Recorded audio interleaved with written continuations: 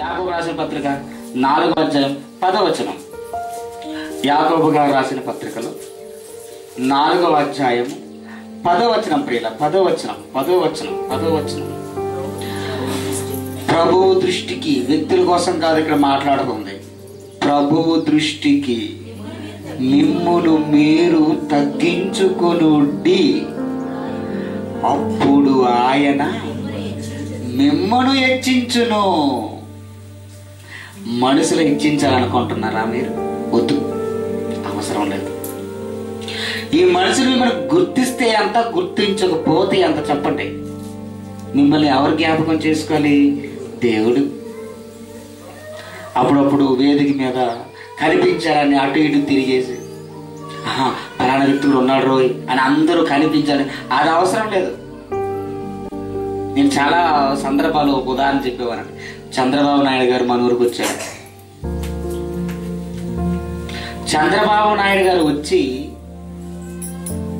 వేదిక మీద కూర్చున్నాడు. గొప్ప గొప్ప వాళ్ళందరూ మరి ప్రజలకు కనిపించాలి, చంద్రబాబు నాయుడు కనిపించాలని అందరూ దగ్గర కూర్చున్నారట.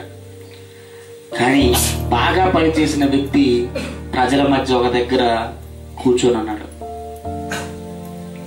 వీళ్ళందరినీ పట్టించుకుని ఆ నాయుడు గారు ఆ మధ్యన ఉన్న వ్యక్తిని చూసి పిలిచాడు, నువ్వు రా అని. ఇప్పుడు వేదిక మీద ఉన్నవారు గొప్పవాళ్ళా? ఆ ప్రజల దగ్గర ఒక మూల కూర్చున్నా గుర్తించి పిలిచిన వాడు గొప్పవాడు చెప్పండి. మూల దగ్గర ఉన్న ఎవరు గుర్తించారు? చంద్రబాబు నాయుడు గుర్తించారు. అప్పుడు ఆయన ఏమైపోవాలి? బాబోయ్, ఎంత మందిలో ఉన్న ఆయన నన్ను గుర్తించాడు రా బాబు అని. ఒక రాజకీయ నాయకుడు గుర్తిస్తేనే ఎంతగా మనం ఆనందపడితే, ఎన్ని వేల కోట్ల మందిలో దేవుడు నిన్ను జ్ఞాపకం చేసుకుని, అరే జగదీష్ నువ్వు కమాన్ అని అనుకుని నెలకొంటది. దేవుడు అంటే నన్ను జ్ఞాపకం చేసుకున్నాడు. అలా దేవుడు మిమ్మల్ని జ్ఞాపకం చేసుకుని గుర్తించాలంటే ముందు మీరేం చేయాలి? దేవుని దృష్టికి మిమ్మల్ని మీరు తగ్గించుకోవాలి. తగ్గించుకోండి, పని చేయండి. ఏ పనైనా